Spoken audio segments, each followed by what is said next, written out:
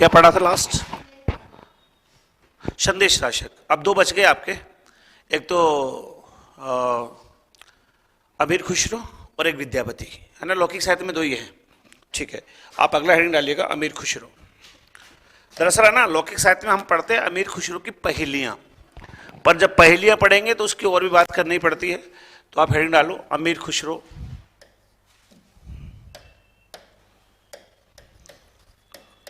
अमीर खुसरो।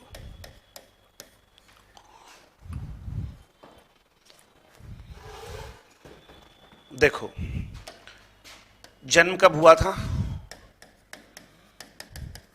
1255 ईस्वी, और मृत्यु हो गई 1324 ईस्वी। एक बार लिखना मत, सुनो। एक जो जन्म इनका है, जन्म स्थान, वो है पटियाली गांव। कौन सा गांव? पटियाली गांव। ये एटा जिला में है, और ये कहाँ का पार्ट है? यूपी का, ठीक है। जन्म हो गया। परिचय ये है कि ये अलाउद्दीन जो खिलजी थे, सुना है नाम? रणथंबोर पर चित्तौड़ पर आक्रमण किया था, उसके दरबारी कवि है। और खिलजी ने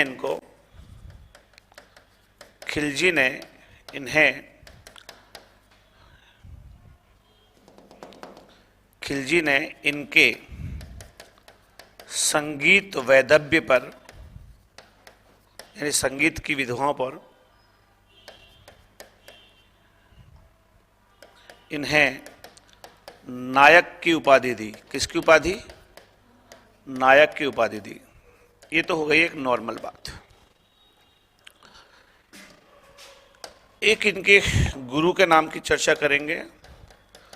गुरु का नाम है निजामुद्दीन औलिया। क्या नाम है? निजामुद्दीन औलिया।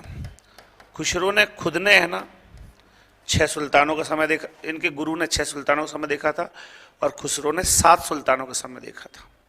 ओके, यानी कि 6-6, 7-7 सुल्तानों के साथ रहे ये लोग, यानी बड़ा इनका अच्छा काम रहा है। अब खुसरो को हम पढ़ क्यों रहे हैं? पहेलियों की वजह से। जो ऐसे बोलते हैं ना गांव में, तो मेरी फेड़ी का फड़ बता, मैं कुछ पूछूं उसका उपाय बता, बूझो तो जानो ये क्या है। तो ये सबसे पहले किसने दी थी? खुसरो ने दी थी। हम बेसिकली लौकिक साहित्य में इसलिए इसको पढ़ते हैं। बाकी इसने गजलें, पहेलियां, मुकरियां, दो शकुने, ढकोसला, ये सब दिया। सितार और तबले का आविष्कार किया। खड़ी बोली का पहला कवि है। भाषा के अर्थ में हिंदी और हिंदवी शब्द का पहली बार प्रयोग किया। खुसरो ऐसे थे जिन्होंने सितार और तबले का आविष्कार किया था, मतलब संगीतकार भी थे। नूसी पर, खलिकबारी, नजरान हिंद, हालात कन्हैया, ऐसी कुछ रचनाएं भी लिखी। बहुत ज़्यादा इनका प्रभाव रहा है किसमें? आदिकाल में। और अभी भी आप सोचो, वर्तमान में खड़ी बोली चलती है। जब ये खड़ी बोली का पहला कवि है, इसका मतलब प्रभावशाली तो है ही। खड़ी बोली का पहला कवि है ये।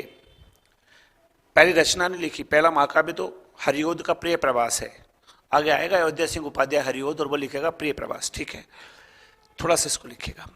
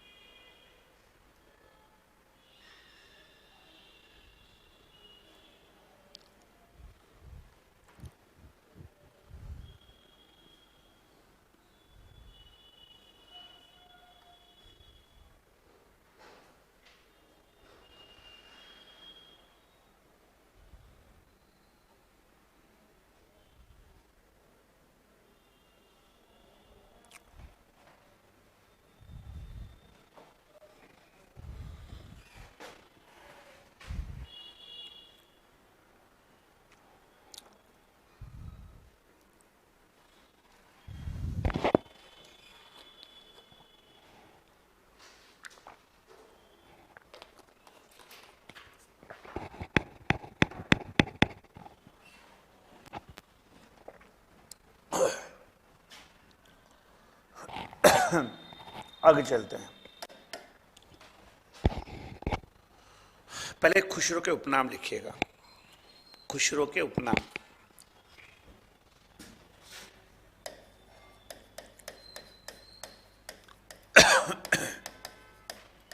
उपनाम देखो, आपको पता है इनका वास्तविक नाम क्या था? अबुल हसन। क्या नाम है? अबुल हसन, ये इनका वास्तविक नाम है। इनको तुर्क ए अल्लाह लिखना मत अभी, तुर्क ए अल्लाह कहा था गुरु निजामुद्दीन ने कहा। किसने? निजामुद्दीन औलिया ने कहा। क्या? तुर्क ए अल्लाह। इनको कवियों में राजकुमार किसने कहा? ईश्वरी प्रसाद सिंह ने।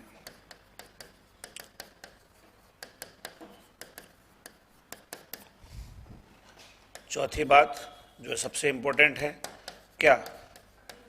खड़ी बोली का प्रथम कवि। पांचवी बात, भाषा के अर्थ में हिंदी व हिंदवी शब्द, इसने बोला था हिंदवी शब्द का प्रथम प्रयोगकर्ता कौन है? अमीर खुसरो। नंबर 6, गजलें, पहेलियां, मुकरियां, दो सुखने,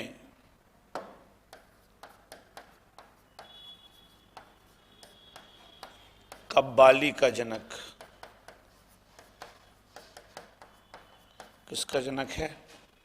गजलें, पहेलियां, मुकरियां, दो कवि, ये सबका जनक है। लिखो। अभी मैं बताऊंगा इसको, जो तोताए हिंद कहा जाता है, खुद ने कहा है चेमन तूतीय हिंदू, मैं हिंदुस्तान का तोता हूं, मुझसे कुछ पूछना है तो हिंदी में पूछो, वो मैं बाद में लिखाऊंगा। ये लिखो।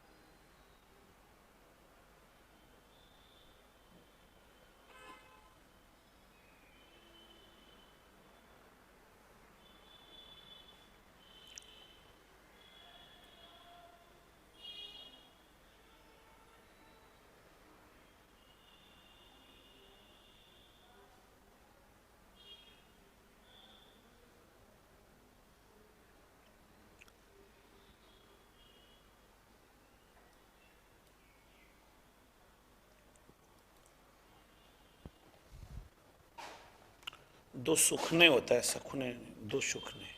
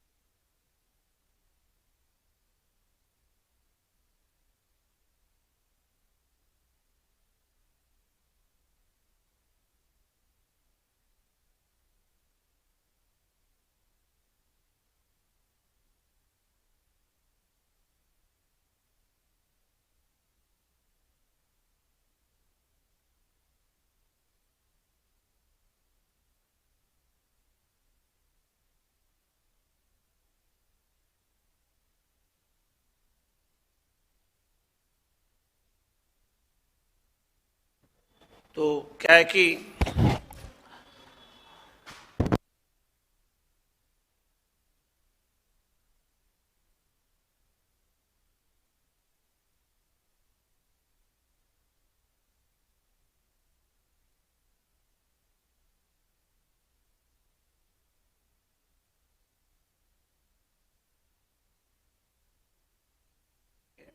नंबर 7, सितार व तबले का आविष्कारक। क्या? सितार और तबले का आविष्कारक। नंबर 8 सुनो, मनोरंजन व रसिकता का कवि। नंबर 9 सुनो, एक वो मैंने आपको बोला ना, तोता ए हिंद। खुसरो स्वयं ने लिखा है। क्या? चेमन तूती ए हिंदुम। मतलब समझे? अर्थात मैं हिंदुस्तान का तोता हूं, मुझसे कुछ पूछना है तो हिंदवी में पूछो। किस में पूछो? और आपको पता है ना, हिंदवी के भाषा के अर्थ में हिंदवी शब्द का प्रथम प्रयोगकर्ता अमीर खुसरो है। ये मैंने अभी आपको लिखा दिया। डॉक्टर धीरेन्द्र वर्मा के अनुसार है ये। ऐसा किसने कहा? डॉक्टर धीरेन्द्र वर्मा की रचना है साहित्य कोश, उसके पहले भाग में कहा गया है। डॉक्टर धीरेन्द्र वर्मा, ठीक है। एक इसको है ना, रामकुमार वर्मा ने अवधी भाषा का प्रथम कवि कहा। किसने? रामकुमार वर्मा ने कहा। और एक बात और सुनिएगा, अब एक बात समझ में आ रही होगी कि अभी तक कहीं भी खुसरो तो आया ही नहीं। नाम तो दुनिया भर के बता दिया आपने, पर अमीर खुसरो कहां से आया? वास्तविक नाम तो अबुल हसन है। तो खुसरो को, खुसरो की उपाधि, खुसरो सुखन की उपाधि 12 वर्ष की उम्र में एक विद्वान थे जिसका नाम था ख्वाजा इजुद्दीन, उन्होंने दी थी। उपाधि दी थी खुसरो सुखन, और बाद में वो किस नाम से फेमस हो गया? खुसरो नाम से। ठीक है, तो ये 11वां पॉइंट में लिख रहा हूं कि अब इसका नाम खुसरो की जगह मैं अबुल हसन लिख देता हूं। अबुल हसन को खुसरो सुखन की उपाधि मात्र 12 वर्ष की उम्र में विद्वान ख्वाजा इजुद्दीन ने दी थी। क्लियर है साहब? खुसरो नाम भी आ गया ना अब तो। अब आगे हम पढ़ेंगे कि इसकी रचनाएं कौन कौन सी है, इसकी रचनाओं का संकलन क्या हुआ, ये सब भी आपको देखना है। ठीक है, लिख दो। वो लिखा कि नहीं आपने? ये डॉक्टर धीरेन्द्र वर्मा ने दिए थे। बोलो। ठीक है, तो आगे लिख दो। है जी? अच्छा, ऑनलाइन वाले सभी साथियों को नमस्कार।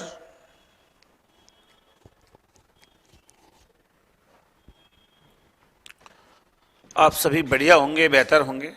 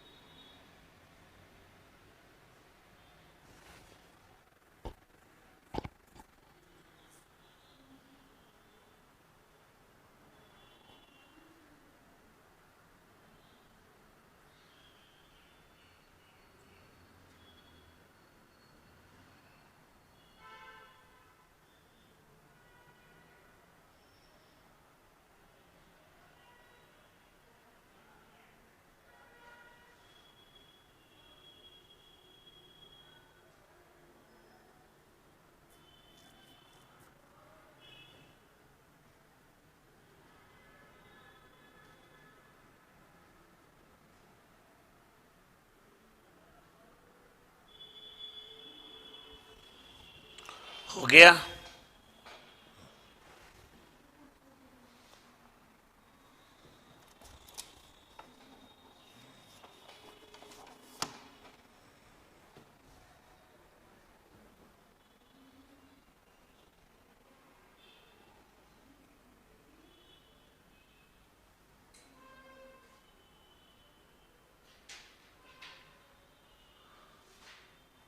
ठीक है,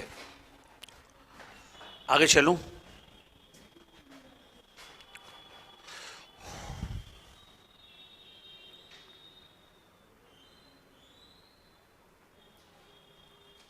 एक नोट आपको लगाना पड़ेगा। नोट क्या है? खुसरो ने 6 सुल्तानों का, लिखो, और इनके गुरु ने 7 सुल्तानों का समय देखा था। खुसरो ने 6 सुल्तानों का और इनके गुरु ने 7 सुल्तानों का समय देखा था। समय देखा था। खुसरो ने 6 सुल्तानों का और इनके गुरु ने कितने? 7 सुल्तानों का समय देखा था।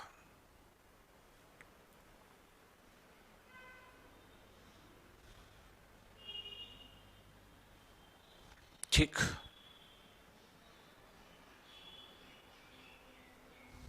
आगे चलते हैं। ये बात हो गई। अब आ जाते हैं खुसरो की रचनाएं। हेडिंग डालो, खुसरो की रचनाएं।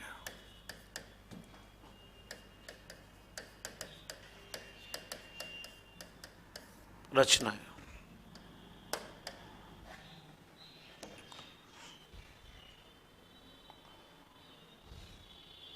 देखो,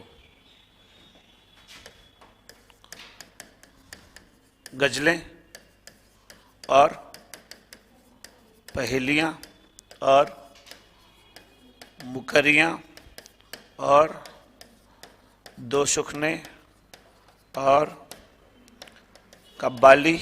हाँ या ना? अब कहीं एक ऑप्शन और देते, रूबाई। तो रूबाई खुसरो ने नहीं लिखी, वो हरिवंश राय बच्चन ने लिखी। उमर खयाम ने लिखी थी रूबाइयां, उसी को आधार बना के हरिवंश राय बच्चन ने रूबाई लिखी थी। ठीक है, तो रूबाई है तो उर्दू साहित्य का हिस्सा, लेकिन उमर खयाम ने लिखा था, उसको हरिवंश राय बच्चन ने देख के अपनी मधुशाला लिख दी। खुसरो ने उसको काम नहीं किया। तो आपसे कोई पूछेगा खुसरो की विधाओं में कौन सी शामिल नहीं है, तो गजलें, पहलियां, मुगरिया, दो सुखने, कव्वाली तो है, लेकिन रूबाई नहीं है।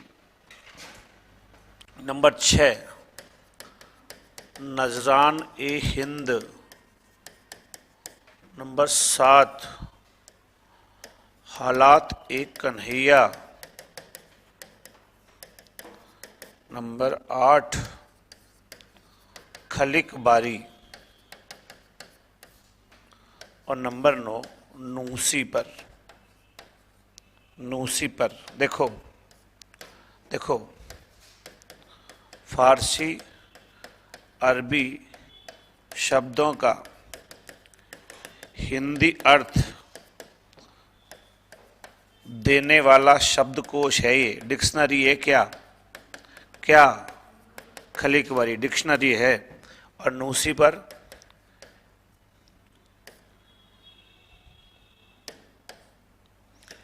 हिंदी की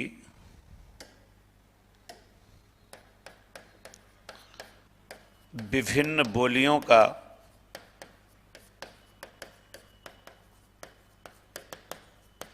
विस्तार से वर्णन मिलता है। किसमें? किसमें?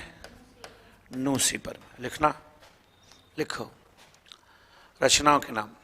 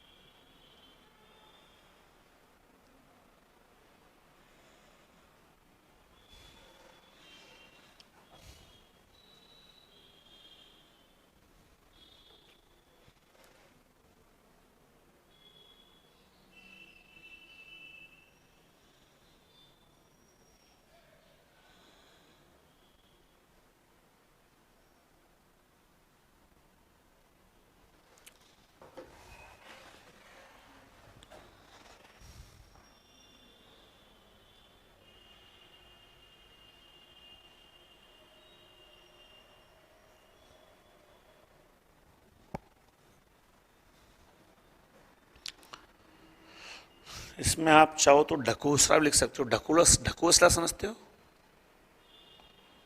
बे मतलब की जो शब्दावली होती है ना, उसको बोलते हैं क्या? ऐसे बोलते हैं ना, ढकोसलाबाजी मत करे, लंबे लंबे फेंक दे बिना मतलब की बात, उसको बोलते हैं। चाहो तो लिख दूं मैं, लिखूं क्या? ढकोसला। ढकोसला का मतलब है बेमतलबी शब्दावली।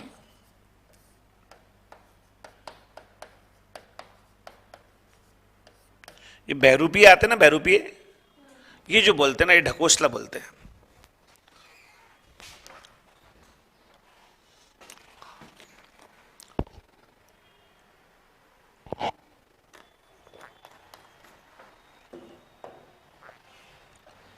आगे चलें। यस या नो?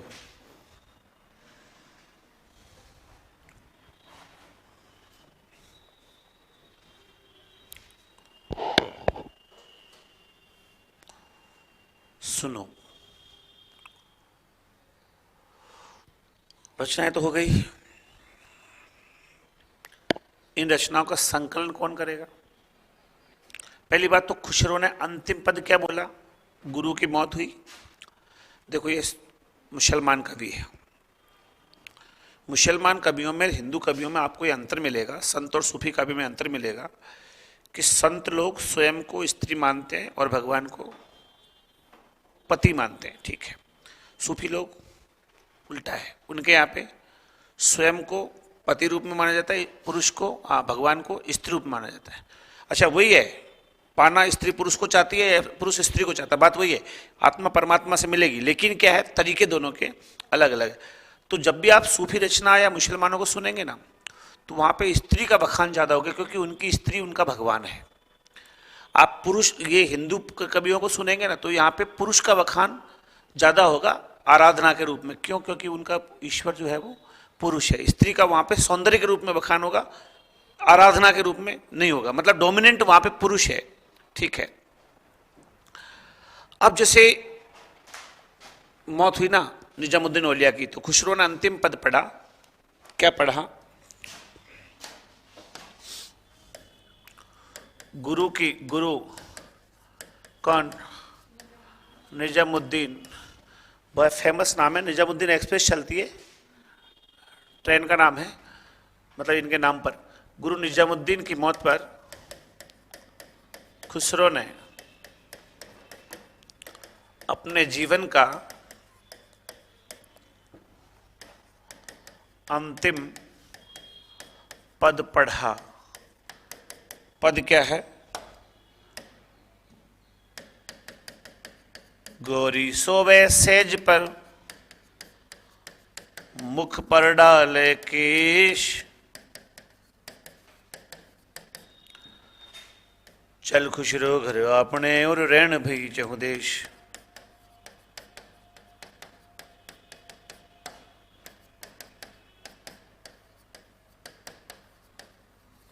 सुनो, पहले सुनो। गोरी है ना, गोरी, गोरी का मतलब स्त्री या नायिका या प्रेमिका, वो कहाँ पे सो रही है? सेज पे, और उसने मुख पर क्या डाल दिया? अपने केश डाल दिया, अपने बालों को उसने मुंह पे डाल दिया। इसका मतलब अब वो देख नहीं सकती। अब जब वो देख ही नहीं सकती, सो गई है सेज पे, आंखें बंद है और ऊपर से बाल और डाल दिए हैं, तो अब बताओ, ऐसी स्थिति में जो भी प्रेमी आया है वो ये सोचेगा कि अब तो ये देखेगी नहीं, तो मिलेगी नहीं, तो क्या करते हैं, अपना वापस अपने घर चलते हैं, क्योंकि चारों तरफ अब क्या हो गई है? रात हो गई है। ये तो हुआ सामान्य अर्थ। वास्तविक अर्थ क्या है कि गोरी का मतलब महान पुरुष, जिसके ऊपर ये टिके हुए हैं। स्त्री इनका महान है ना भाई। तो अपने गुरु कौन? निजामुद्दीन औलिया, वो सेज पे सो गए, मतलब मृत्यु सैया पे सो गए हैं, और मुख पर डाले केस, और इस अवस्था में चले गए हैं कि अब उनके वापस मेरी तरफ देखने की संभावना नहीं है, मतलब अब खत्म है, गुरु की मौत हो चुकी है। चल खुसरो घर आपने, इसलिए खुसरो तू भी क्या कर, अब अपने घर चल। अपना घर कहाँ है? स्वर्ग। मतलब तू भी अभी संसार के बंधनों को छोड़ छाड़ दे, कविता विता सब छोड़, अब गुरु गए तो कुछ भी नहीं बचा। रैन भई चौदेश, अब चारों तरफ रैन हो गई है, गुरु चले जाए तो अंधकार हो गया है, गुरु के बिना प्रकाश नहीं मिलता। तो जैसे गुरु के जाने पे रैन हो गई है, ठीक ऐसे ही स्त्री के सोने पर भी क्या है, अब रात हो गई है तो घर चलो। अर्थ समझ में आ गया? ये खुसरो का अंतिम पद है, इसके बाद उसने कोई पद नहीं पढ़ा। गुरु भक्ति का ये बेस्ट उदाहरण है। हालांकि गुरु भक्ति नाथों में सबसे ज्यादा मिलती है, लेकिन ये भी एक बेस्ट उदाहरण है कि उसके बाद उसने लिखना बंद कर दिया। अब खुसरो की जो रचनाएं आएंगी ना, वो दो लोग करेंगे। 1918 में जवारे खुशरवी नाम से रचना संकलन होगी, मौलाना रशीद अहमद सालम अलीगढ़ से प्रकाशित करेंगे। और 1922 में ब्रजरत्न दास आएंगे, काशी नागरी प्रचारणी सभा से जो है खुशरो के नाम से रचनाएं संकलन करेंगे। तो खुशरो की जो सारी रचनाएं वो दो लोगों ने संकलित की हैं, मौलाना रशीद अहमद सालम और ब्रजरत्न दास। ठीक है, उसके ऊपर बात करेंगे। 1918 और 22 का टाइम है, पहले ये लिख लो। गुरु निजामुद्दीन औलिया की मौत पर, गुरु निजामुद्दीन औलिया की मौत पर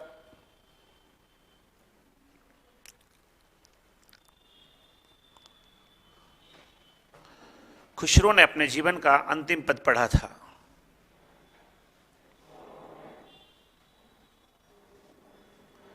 खुसरो ने अपने जीवन का अंतिम पद पढ़ा था।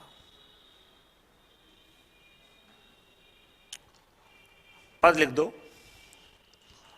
गौरी सोवे सेज पर मुख पर डाले केश, चल खुशरो घर अपने और रहन भई चहु देश।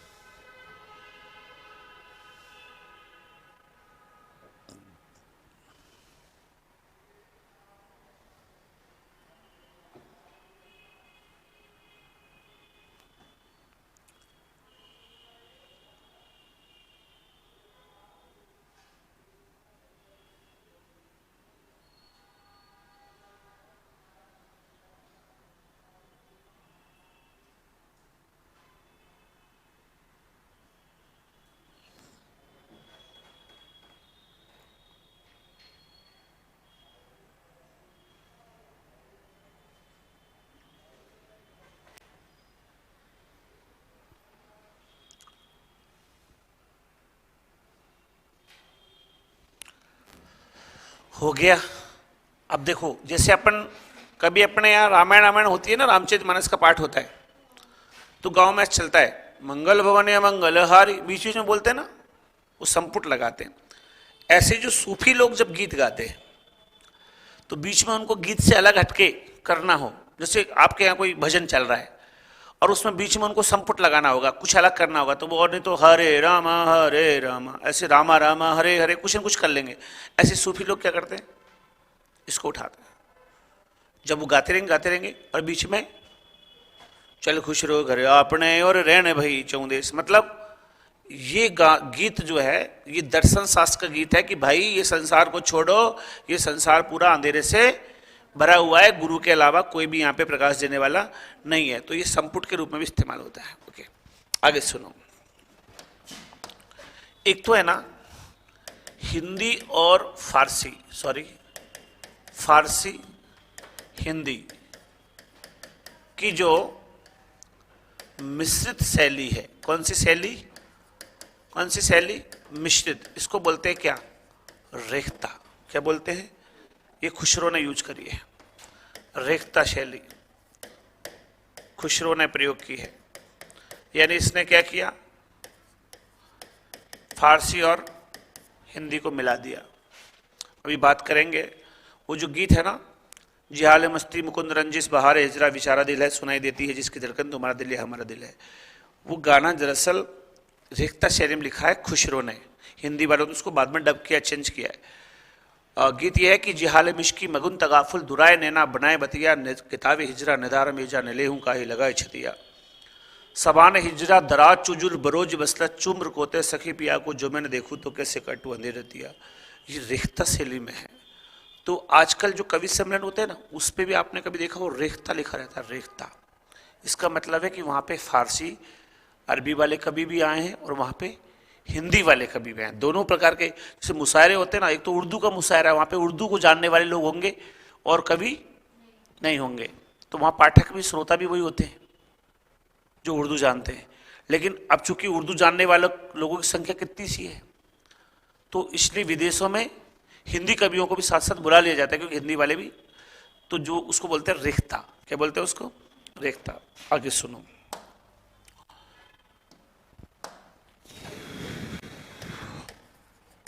खुसरो की रचनाओं का संकलन, ठीक है, कैसे कैसे हुआ? 1918 ईस्वी और दूसरा 1922 ईस्वी। 1918 ईस्वी में संकलन किया है वाई, सॉरी 18 में जा रहे हैं अपन, वाई मौलाना, इतना लिखने की बजाय ये बकवास हो जाएगा,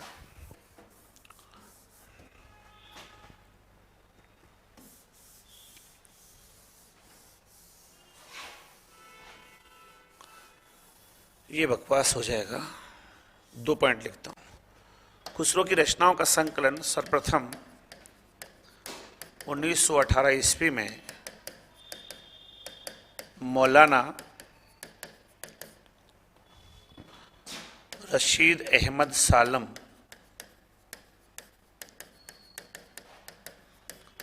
ने अलीगढ़ से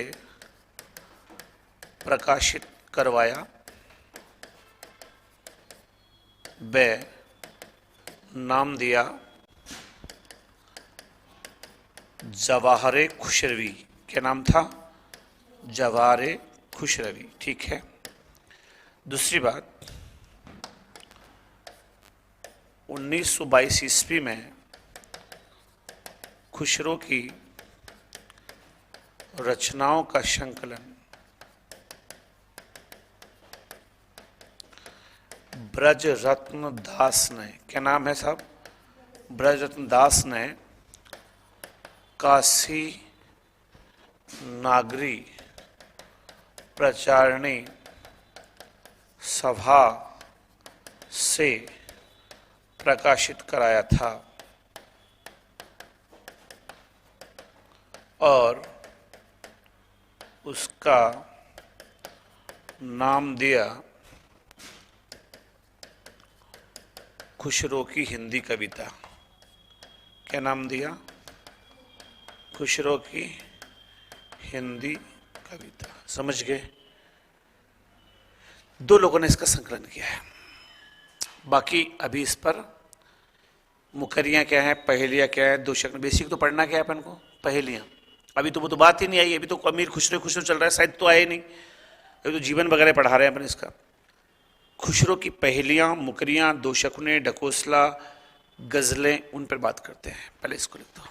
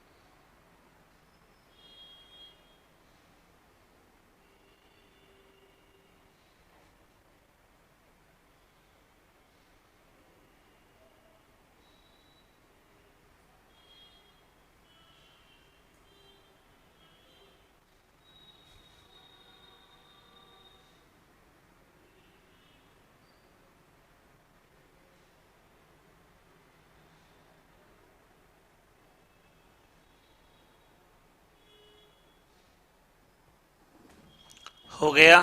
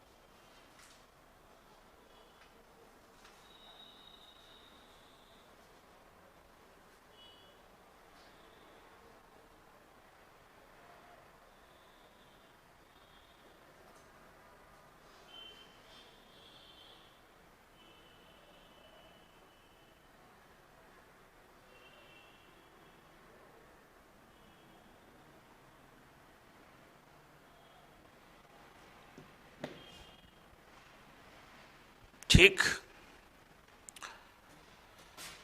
आगे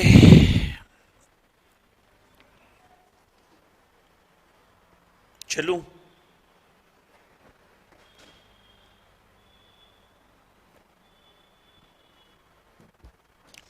देखो,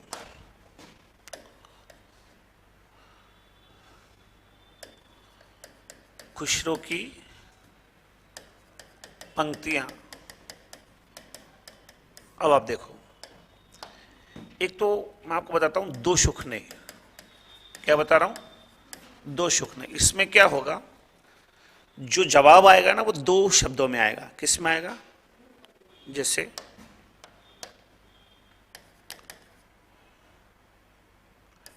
पान सड़ा क्यों,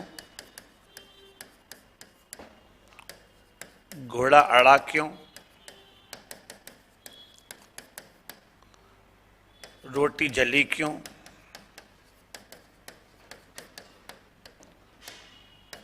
विद्या भूली क्यों।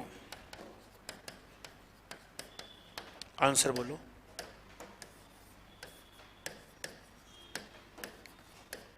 फेरा नहीं। ठीक है, घोड़े को फेरोगे नहीं तो अड़ जाएगा रास्ते में, पान को फेरा नहीं तो सड़ जाएगा, रोटी को फेरोगे नहीं तो जल जाएगी, और विद्या भूल जाएगी अगर फेरा नहीं तो। दो शब्दों में आया, ये तो क्या हो गया? दो शुखने। ढकोसला मैंने आपको बता दिया बिना मतलब के शब्दों का यूज करना चाहता है। ठीक है, ये बेरूपी वगैरह उठपटांग यूज करते ना। आगे सुनो, एक होती है मुक्करियां। क्या? मुक्करियां। अब आप पहले सुन लो इसे, फिर बात करना। इसमें क्या होगा, दो सखियों का वार्तालाप, ओके, और संकेत होगा पति की ओर। किसकी ओर होगा? किसकी ओर होगा संकेत? पति की ओर या प्रेमी की ओर। लेकिन इसमें याद रखना, मैं आपको नोट लगा के लिखा दूंगा अभी जस्ट, इसमें अश्लीलता का दोष आ गया था, इसलिए ये मुकरियां फेमस नहीं हुई। भारतेंदु हरिश्चंद्र ने आगे चल करके अंग्रेजों के खिलाफ मुकरियां लिखी थी, और प्रताप नारायण श्रीवास्तव ने नए जमाने की मुकरियां लिखी थी। नए जमाने की मुकरियां, अंग्रेजों की मुकरियां ये तो चली, लेकिन देने वाला कौन था मुकरी? अमीर खुसरो। ये नहीं चल पाई। एक उदाहरण लिख देता हूं, पूछा नहीं जाएगा क्योंकि अश्लीलता का दोष है। नंगे पांव चलन नहीं देत, पांव के मिट्टी लगन नहीं देत,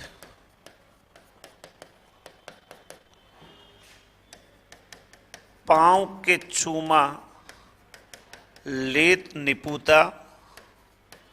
अब यहां तक जो संकेत है ना, ये सब पति की ओर है कि नंगे पैर चलने देता, जो भी है, ठीक है। यहां तक संकेत पति की ओर है, दो सखियां बातचीत कर रही है। अब इतने में एक सखी कहेगी, ए सखी साजन, ठीक है। ये कहेगी ना सखी जूता। मतलब इशारा किसके होता है? पति की ओर, लेकिन अर्थ कुछ और पे होता है। अब इनमें क्या है, ये तो मैंने फिर भी लिख दिया है, आगे जितनी भी है ना उनमें ज्यादा अश्लीलता का दोष है, इसलिए ये मार्केट में चली नहीं, ठीक है।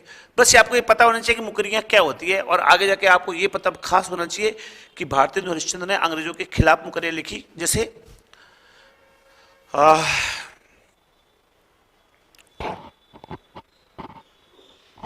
जाहिर बातन में अति तेज,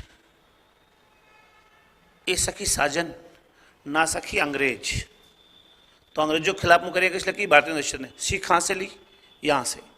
और नए जमाने की मुकरिया लिखी प्रताप नारायण श्रीवास्तव ने, और प्रकृति की मुकरिया लिखी श्रीधर पाठक ने, ठीक है।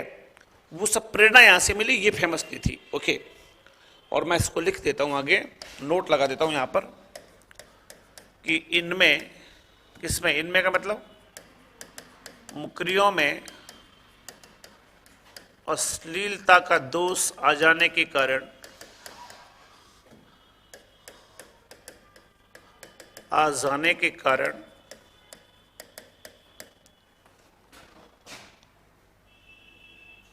भारतेंदु हरिश्चंद्र ने प्रसिद्धि नहीं मिली। देखो प्रसिद्ध तो है ना, गलत चीजें भी हो जाती है, लेकिन उसको प्रसिद्ध नहीं माना जाता। किसी ने, आपने किसी को रिवॉल्वर मार दी तो फेमस तो आप भी हो जाओगे कि उसने रिवॉल्वर मार दी, लेकिन वो फेमस नहीं माना जाता, ठीक है। और आपको याद रखना है कि अंग्रेजों के खिलाफ मुकरियां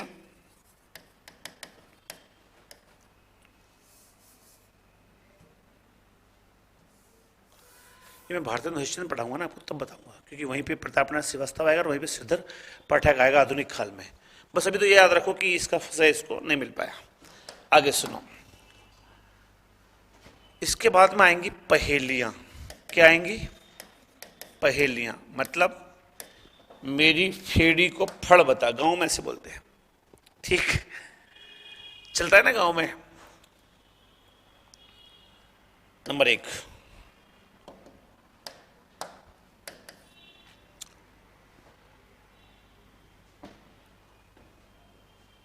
एक थाल मोती से भरा,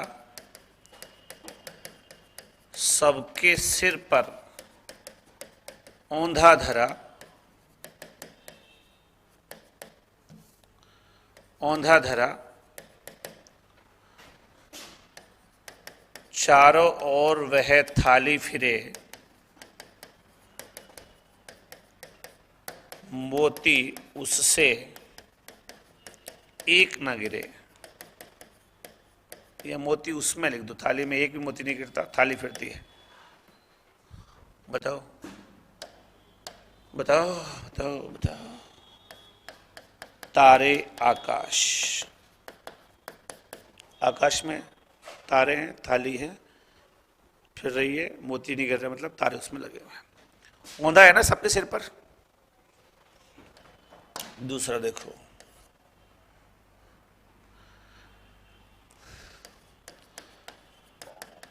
अर्थ जो इसका बूझेगा, अगर मेरे से कोई इसका अर्थ पूछेगा,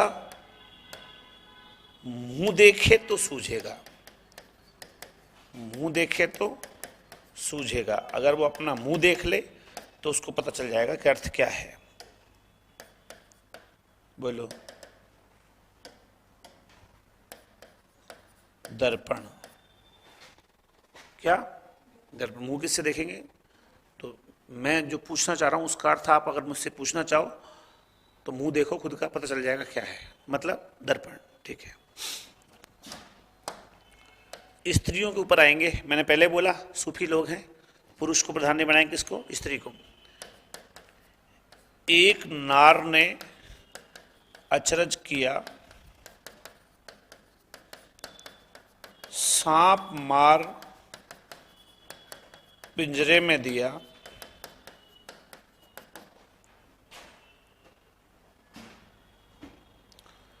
ज्यों-ज्यों सांप ताल को खाए, सूखे ताल मतलब तालाब सूख जाएगा, सांप मर जाए, और सांप भी मर जाता है लास्ट में। बोलो।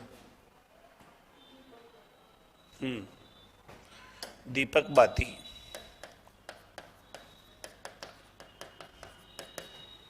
ताल है, दिए में जो घी भरा है वो ताल है। ज्यों ज्यों सांप ताल को खाएगा, बाती लास्ट में क्या होगा, घी सूख जाएगा और सांप भी मर जाएगा, बत्ती भी बुझ जाएगी। समझ में आया? हाँ या ना? चौथा, एक नार दो को ले बैठी,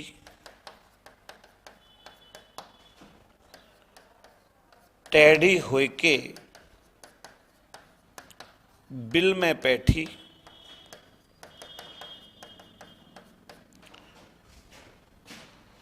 जाको बैठे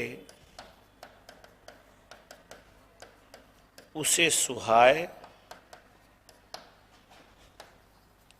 खुशरो उस पर बली बली जाए। मतलब खुशरो उस पर बार बार न्योछावर होता है, बली हारी जाता है, बली बली जाए। पायजामा, एक नार मतलब एक ही पायजामा, दो को ले बैठी मतलब दोनों टांगों को उसने समेट दिया, दोनों को एक साथ मिला लिया उसने। टेढ़ी हुई के बिल में बैठी, पजामा सीधा करोगे तो पहन नहीं सकते, तो टेढ़ा होकर पहनना पड़ता है। जाको बैठे उसे सुहाए, पहले कुर्ता पजामा पहनने की परंपरा थी दरबारों में, मतलब अच्छा माना जाता था, अच्छी साइड ड्रेस मानी जाती थी, दरबारी बड़े लोग पहनते थे। और खुशरो उस पर किया जाता है, बलिहारी जाता है। ये क्या है? पहेलियां। आपसे मूल रूप से साहित्य में, लौकिक साहित्य में शामिल क्या थी? पहेलियां। बाकी इतना शामिल और चीजें नहीं थी। समझ में आया? हाँ या ना? पहले इसको लिख दो, फिर और बात करते हैं। खुशरो है, खुशरो और विद्यापति लंबे कवि हैं, ये छोटे नहीं हैं कि उठाया और कल्लोल कवि लिख के 4 लाइन में खत्म कर लिया।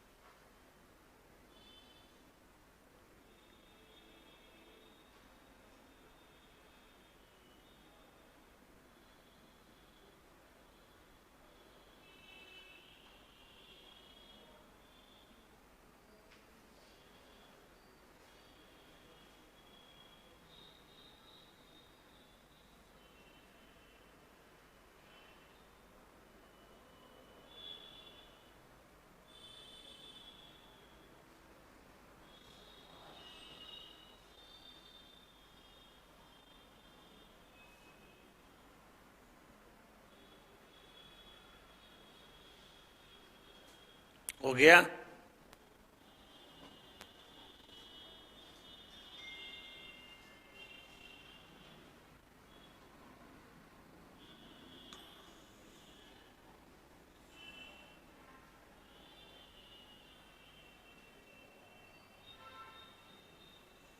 आगे चलूं? लिखा क्या? पूजा।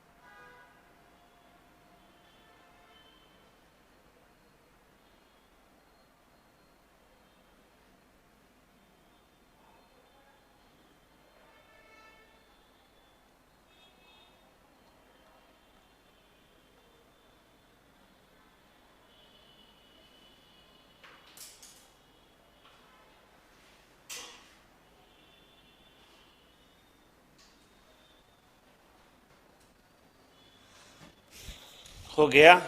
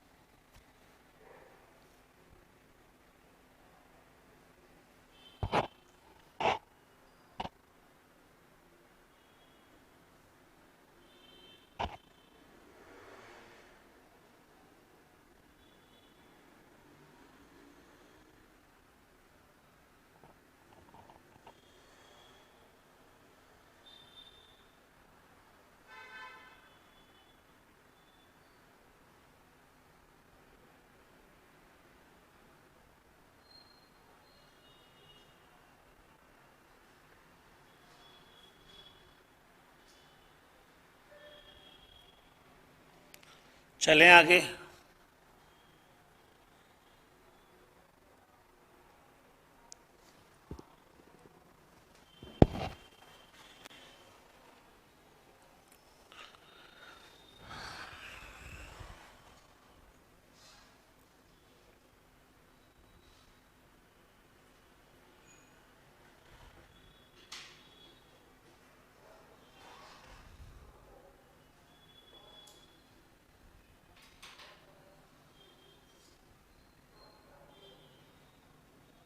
हो गया।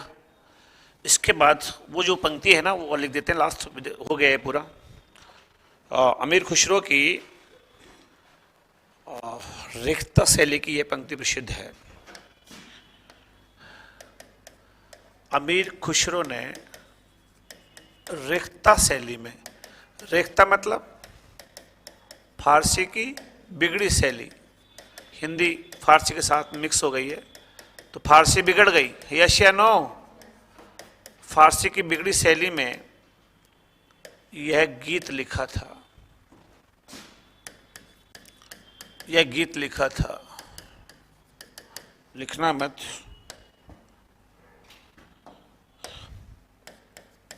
जिहाल मिश्की मगुंत गाफुर, वो गीत आप दिमाग में रखो क्या, जिहाल मस्ती मुकुंद रंजिश, ठीक है। जिहाल मिश्की मगुंत गाफुल, दुराए नैना बनाए बतिया। मतलब दुराए नैना, नायिका है ना, वो नायक से आंख तो छुपाती है, मतलब नजर तो नहीं मिलाती, और बातें बनाती है। ये कई बार देखा होगा ना, शादी विवाह वगैरह होते ना, नुक्ते उक्ते होते ना, कई लड़कियां होती है छेड़छाड़ करने वाली। मुंह को तो है ना लाल रंग बिल्कुल पसंद नहीं है, बात करेगी दूसरे से, क्यों? क्योंकि उसको जिसको छेड़ना है ना वो लाल रंग की शर्ट पहन के आया है, और जैसे वो उसकी तरफ देखेगा फट आंख पलट लेगी और फिर हंसी उड़ा देंगी।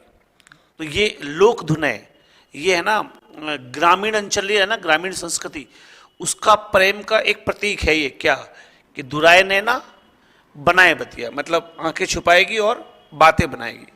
जिहाल मिश्की मगुन तगाफुल, दुराए नैना बनाए बतिया, किताब हिजरा नेदार मेजा। ए का मतलब का, किताब ए हिजरा नेदारम ए जा,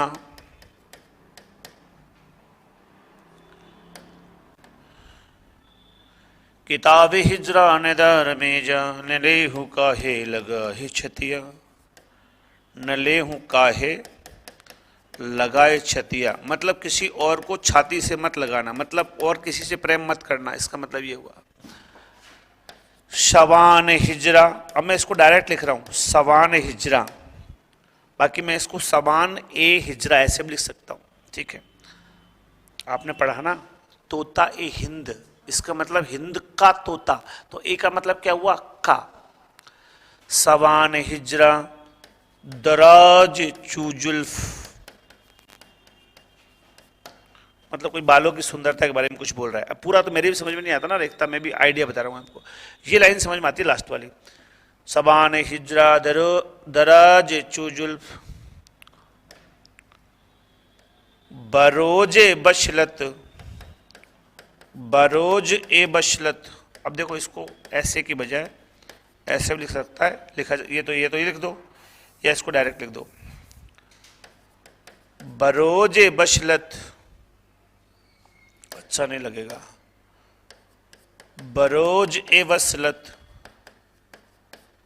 जो उम्र को तय, रोज इसी इंतजार में उम्र निकलती जा रही है। सखी पिया को जो मैं न देखूं, ये खास पंक्ति है, सखी पिया को जो मैं न देखूं, जो मैं अपने पिया को नहीं देखूं तो कैसे काटूं अंधेरी रतियां।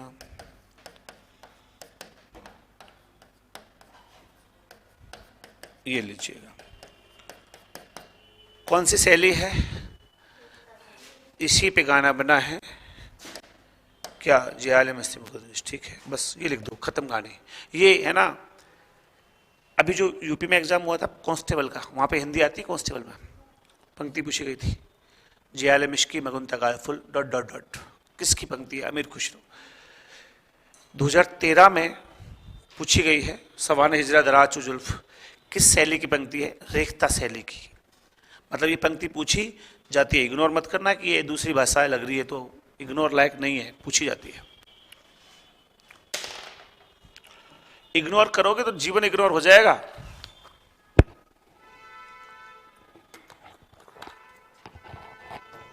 ठीक है ना पूजा?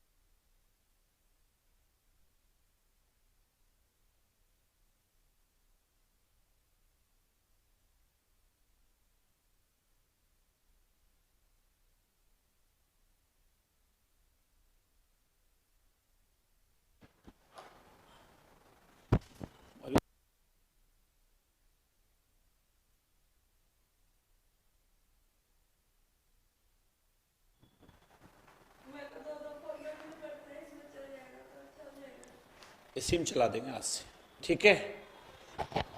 पर जो सास ससुर तीर्थ यात्रा से आए होंगे, जो प्रसाद लड्डू कुछ लेके आए, वो तो लेके आना पड़ेगा ना, ठीक है?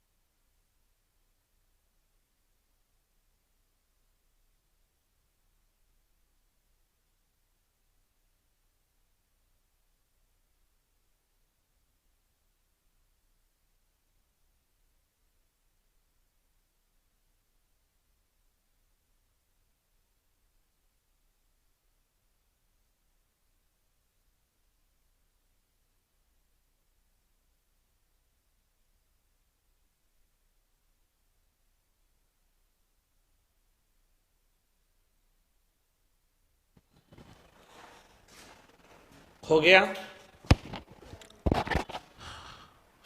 बहुत टाइम लग गया जमीर खुशरो में, 9:45 बज गए। इसके बाद थोड़ा तेज चलो, विद्यापति पढ़ाते हैं।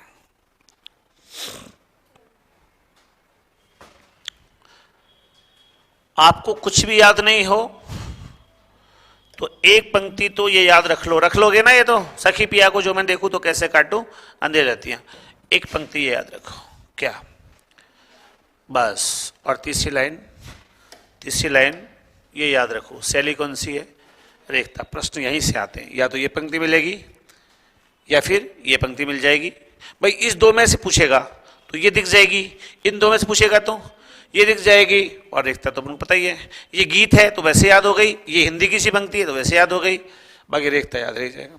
पूरी पंक्ति याद नहीं हो तो कोई बात नहीं। बाकी मानव शर्मा की तरह बनना चाहो तो क्या करो, पूरी पंक्ति याद करो और खट से बोलो, ऐसे नहीं।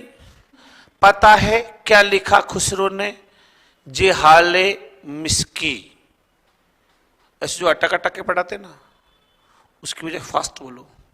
जियाले मिश्की मगन तकाफुल,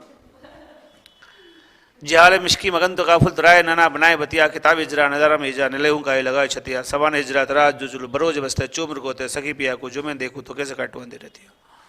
खट खट खट खट खट खट। पर ऐसा करने के लिए कई रात जागना पड़ता है। न ये देखा जाता है कि दिन कब उग रहा है, न ये देखा जाता है कि दिन कब डूबा था। ठीक है, जिस उम्र में लोग शादी विवाहों में अपने दोस्तों के यहाँ जाते थे, इंतजार करते थे कि आज वहाँ कार्यक्रम है, आज वहाँ कार्यक्रम है, उस समय मन को मार करके बैठे रहते थे घर पे कि पढ़ना है। ठीक है, तो उसका प्रतिफल तो समय के हिसाब से मिलेगा ही। बड़ा बनना है, कुछ अच्छा बनना है, तो किताबों के अलावा सबसे समझौते कर लो, कोई दिक्कत नहीं है। बस आपकी किताब की पकड़ मजबूत होनी चाहिए। जैसे मैं आपको पढ़ा रहा हूँ अमीर खुसरो, अब मैंने जो पढ़ाया ना आपको, अब उसके बाद तुम कितनी किताब उठाओ, कितने नोट्स उठाओ, कितने वीडियोस देखो, आपको लगेगा मानव शर्मा वाज बेस्ट। बस इसी पे काम करना है। बाकी मेरा व्यवहार क्या है, मेरा रूप रंग क्या है, मेरा पहनावा क्या है, मेरी कल्चर क्या है, मेरा जाति क्या है, धर्म क्या है, वो सब मायने नहीं रखता। क्योंकि टीचर अपने काम से जाना जाता है। और काम कब पहचाना जाएगा, जब आपको वो चीज़ बहुत वर्षों तक अथक प्रयास आपने किए होंगे। जैसे काव्य शास्त्र पढ़ेंगे आप आगे, तो मैं जब बोलूँगा तो पंक्तियाँ बोलते मस्त हो जाते हैं। अब वो ऐसे नहीं है कि वो मस्त भी हो जाते, यहाँ पे एक लाइन भी, एक शब्द भी है ना, एक शब्द जैसे बोला ना, सवान हिजरत राजुल बरोज बसले चुम्र को होते, तो इसको याद करने में भी आपको कई टाइम लग जाएगा और तब भी कहीं ना कहीं छूट जाएगा और वो टर्न नहीं आएगी, वो इंप्रेशन नहीं आएगा। तो मुख्य बात है कि बहुत ज़्यादा प्रैक्टिस आपकी होती है, तब जाके आप ठीक बन पाते हैं। और प्रैक्टिस करने के लिए हमेशा किताबों में डूबना पड़ता है। आज भी मैं इधर बैठा रहता हूँ यहाँ पे अक्सर, कभी आप दिन में आएंगे ना कभी भी यहाँ, तो मैं यहाँ बैठा था, उधर नहीं बैठा था।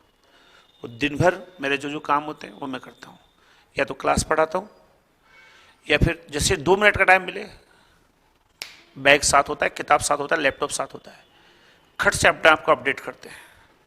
पता नहीं मार्केट में नया क्या आ जाए और वो हमारे हाथ से निकल गया तो हम पीछे लग्गू हो जाएंगे। जैसे ऑनलाइन आया ना, तो कई लोग पीछे रह गए ना, जो लोग पहले कोरोना में दबंग लोग थे, कोरोना से पहले, वो पीछे रह गए। क्यों? खुद को अपडेट नहीं किया। किसके संग? दुनिया के संग। फिलिप्स का रेडियो अच्छा चलता था, आजकल बिक नहीं रहा। HMT घड़ी शानदार चलती थी, आजकल बिक नहीं रही। कोडेक का कैमरा फेमस था, अब नहीं लेते लोग। राजदूत मोटरसाइकिल शान की सवारी थी, अब बंद हो गई है।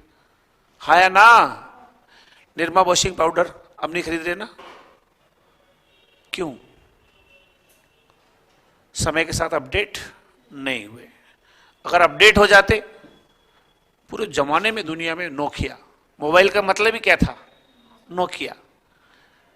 उस जमाने में किसी के पास नोकिया है वही मोबाइल है, मतलब जानते नहीं थे लोग कि दूसरा कोई और हैंडसेट भी होता है। मोबाइल का मतलब ही क्या होता था? नोकिया। अब ले रहे हैं कि नोकिया लोग? क्यों? क्योंकि हर चीज में चेंजेस आते हैं। एंड्रॉयड वर्जन आया, ये बदलाव आया। आज तक जो मोबाइल थे वो सिंपल थे, कीपैड वाले थे, कैमरा लग रहा हुआ था। कैमरे जिनमें नॉर्मल कैमरे होते, थोड़ी बहुत फोटो दिख जाती, वही 18,000 के 20,000 के ऐसे आते थे उस जमाने में। और उस जमाने में 18-20,000 मास्टर को तनख्वाह नहीं मिलती थी। 7,000 में मास्टर तनख्वाह होती थी लास्ट, 6-7,000 कोई नहीं लेता था। अब ऐसे मोबाइल वो कैमरे वाले से 800-800 हजार में उपलब्ध है और उनसे अच्छे लेटेस्ट है। पर क्या है, नोकिया इस घमंड में रहा कि मेरा तो पूरे विश्व में राज है, बस एंड्रॉइड पे काम नहीं किया। ओप्पो, वीवो, ये छोटे छोटे लोग आ गए। जब आए तो इनकी हंसी उड़ाई नोकिया ने कि मैं तो पूरे विश्व में इतना फैला हुआ हूं, ये तो क्या है, गली कुचड़ियों में दो चार हैं। आज देख लो क्या हालत है। वो काम करते गए एंड्रॉइड पे, उसने ठंडा पाड़ दिया। जब उसने पूरा फैला लिया तब वो काम करने लग गया, कोई मतलब नहीं है।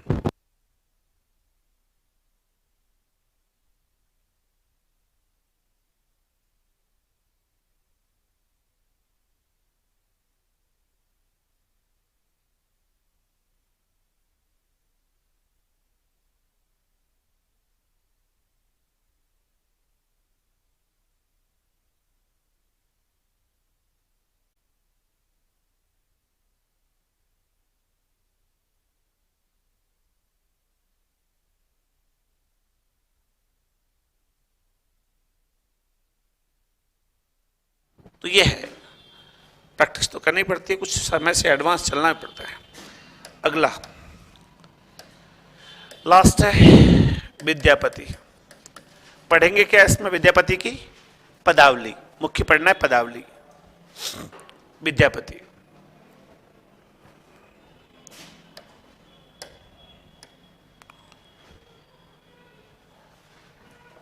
देखिए जीवन काल की बात करें, 1352 से 1448 ईस्वी में रहे हैं। जन्म स्थान विस्पी ग्राम, मधुबनी जिला, बिहार। आजकल है ना, वर्तमान में ये विस्पी जो गांव है वो दरभंगा जिले में है। कौन से जिले में है? दरभंगा, जहां पे नागार्जुन हुए थे। इनके उपनामों की बात कर लेते हैं। देखो सुनो आप, एक तो इनका उपनाम है, अब आप थोड़े सुनेंगे।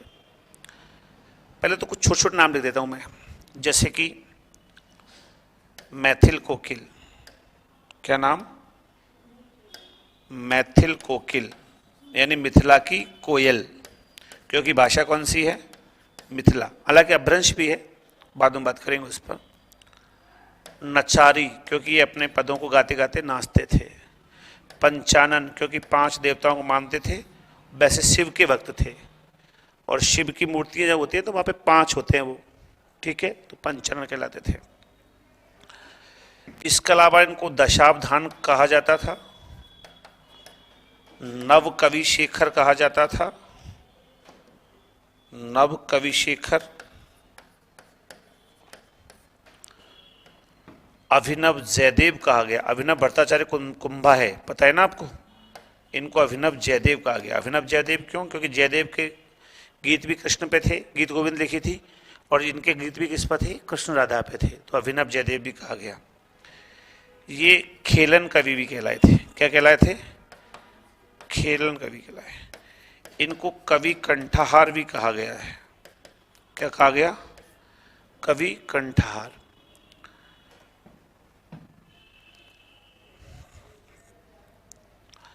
भक्ति काल और रीतिकाल, सॉरी, भक्ति काल और आदिकाल दोनों के बीच का कवि है।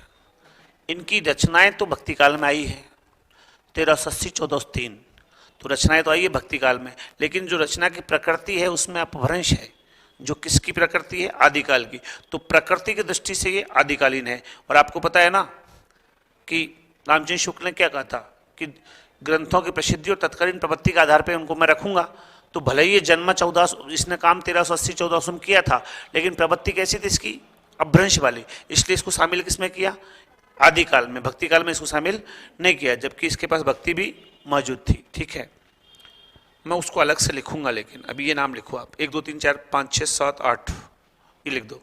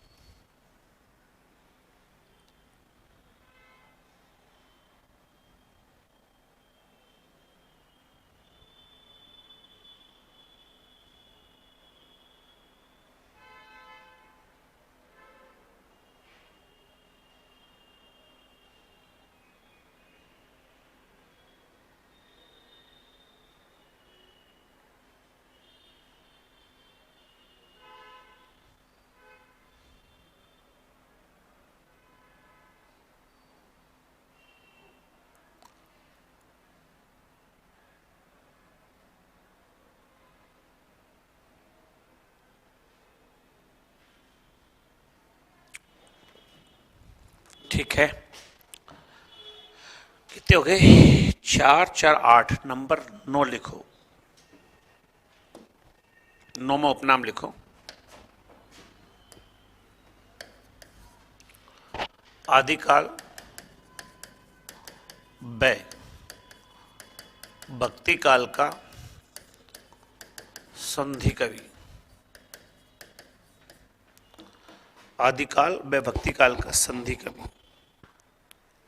आदिकाल व्यय भक्ति काल का संधि कवि। अब आप कैसे याद रखेंगे? ये रचना प्रवृत्ति किसकी है? इसकी आदिकाल की। और रचना का समय कब है इसका? भक्ति काल का। रचना तो लिखने कब लिखी है? भक्ति काल के दौरान, लेकिन प्रवृत्ति कैसी थी? आदिकाल। ठीक है, और एक इसका उपनाम आप लिख देंगे, इनको बोला है अपर रूप का कवि, और एक इनका नाम है जातीय कवि। और ये दोनों नाम डॉक्टर बच्चन सिंह ने दिए हैं। डॉक्टर कौन? बच्चन सिंह ने कहा। और अगर करेक्शन ही कर रहे हैं तो एक लाइन और चलने दो भाई साहब। वो क्या है? श्रृंगार रस का वाक सिद्ध कवि। वाक सिद्ध कवि, ये भी इनको कहा गया है। किसने कहा? आचार्य हजारी प्रसाद द्विवेदी ने कहा।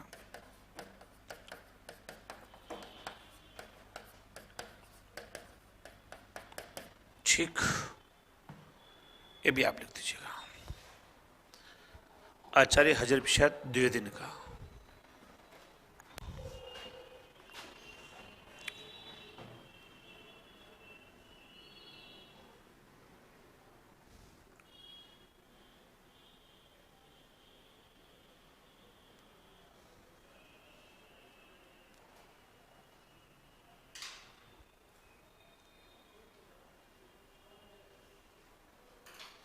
ठीक है, ये तो हो गए क्या? उपनाम। किसके? विद्यापति के। इंपॉर्टेंट क्या है? मैथिल कोकिल, श्रृंगारस का वाक्सिद्ध कवि, अपर रूप कवि। वैसे सारे इंपॉर्टेंट है, मैथिल कोकिल ज्यादा याद रखना, क्योंकि सत्यनारायण कवि रत्न को कहा जाता है ब्रज कोकिल और इनको कहा जाता है मैथिल कोकिल। ठीक है, अभी सत्यनारायण कवि रत्न अपन आगे जाके पढ़ेंगे भक्ति काल के एंड में। वैसे वो आधुनिक काल का कवि है, लेकिन भक्ति काल में जब कृष्ण भक्ति का अन्य कवि पढ़ेंगे उसमें सत्यनारायण कवि रत्न का नाम आएगा।